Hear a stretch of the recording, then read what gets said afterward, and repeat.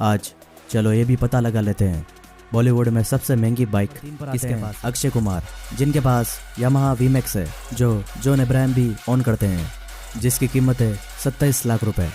0 से 100 किलोमीटर मात्र 3.6 सेकंड में कवर कर सकती है।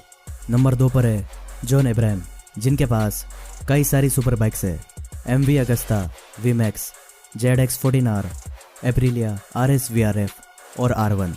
लेकिन इनके सबसे महंगी बाइक का नाम है डुकाटी V4, जिसकी प्राइस है 22 लाख से 57 लाख रुपए। इनके पास V4 स्टैंडर्ड मॉडल है, जिसकी एक शोरूम प्राइस है 28 लाख रुपए। नंबर 1 पर ऐसा कौन है जो सबसे महंगी बाइक ओन करता है बॉलीवुड में, जिनका नाम है R माधवन।